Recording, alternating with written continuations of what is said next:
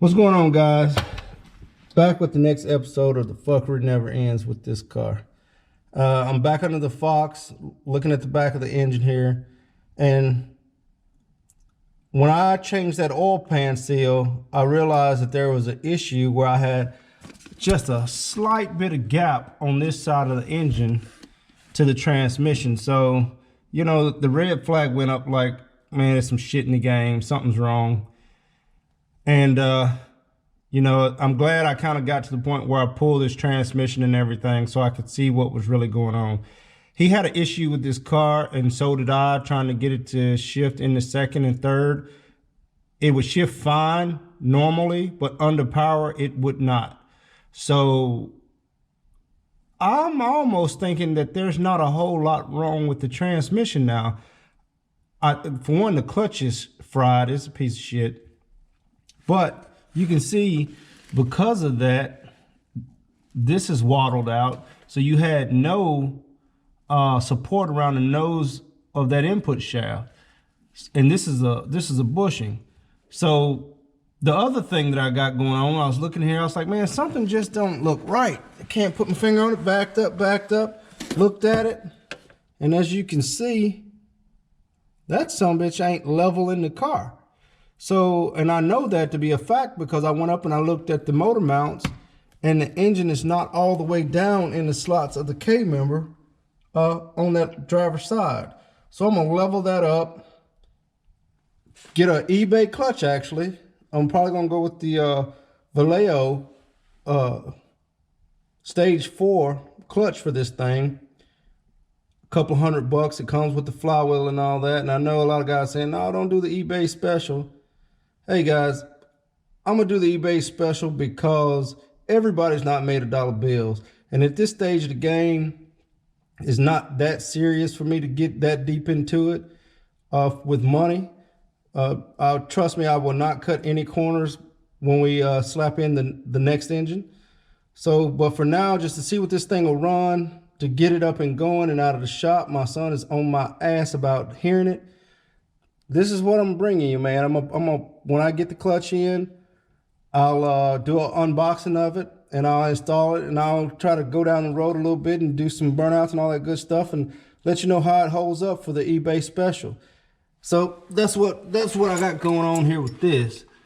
And I will also take a moment probably to show you the difference between the puck style clutch and the full face clutch. If you just give me a second here to get away from the car.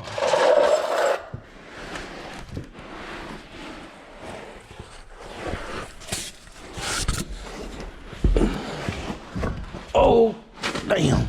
I got shit everywhere, guys. Every damn where. All right, so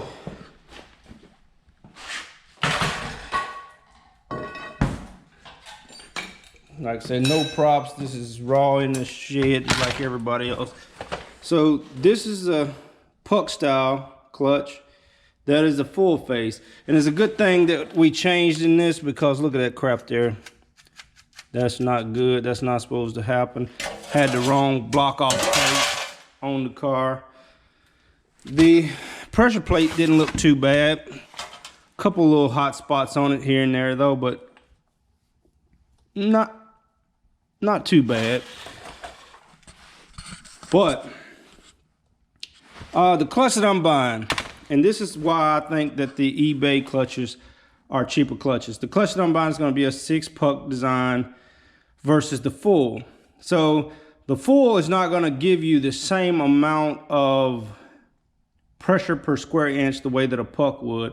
So if you kind of think of it like a track vehicle, the load is spread out over the width and length of that track. So you don't have as much downward force in any one place the way that you would on, say, 4 car tires with a vehicle of the same weight. So that's the theory behind this. So because you have smaller contact areas, even though the pressure plate is applying the same pressure, you're going to actually have more pressure per square inch on each puck. And that's why these types of clutches usually offer about 50% more clutch pressure. Now, the deal with this is The reason that they're so cheap on eBay is I believe that this design should be coming with a billet flywheel, and these clutches don't come with billet flywheels. But that shouldn't be an issue because I'm not going to exceed or come close to the power rating of the new clutch that's coming in. So we're going to roll with it, guys. And I'll let you know how it hooks up, man, because like I said, everybody's not made of dollars, and everybody can't go out there and get a McLeod or a Spec or whatever the case may be. So yeah, just trying to keep this low budget in some areas. Not the suspension, none of that stuff, but just to get the 302 back up and running and on the road, let you guys hear, do, like I said, do a couple of burnouts, get it down the track a couple times. I'll try to bring this stuff to you. I took that shaft out of there, and I'm gonna put that input shaft into one of the other transmissions that were V6 car, and I know that they are pretty decent shape. So that's what I'm gonna do. And if you know why I'm doing that, is because the Fox shaft is 9 1/4 inches long, I believe. And the SN95, which I got these the other transmissions out of, it's longer. So I gotta switch this out. Otherwise my geometry, everything will be pushed back in the car, my mounting points and all that crap. So that's not what I wanna get into. So I'm gonna swap those out. And I'm gonna get a steel bearing retainer for that. So, and I got about 4 of these T5s laying around, so I'm gonna probably get into some rebuilding, but I don't know if I'm gonna do a video on that. Go over to Junkyard Dog, man. He has a 3-part series on rebuilding the T5, if that's what you're into, and it is outstanding. So go over there and check him out. I think his name is Tony. Seems like a wonderful guy. I don't know the guy personally, but I know that the quality of work that he does and the step-by-step that he gives you on anything that he does is outstanding. So check him out, guys.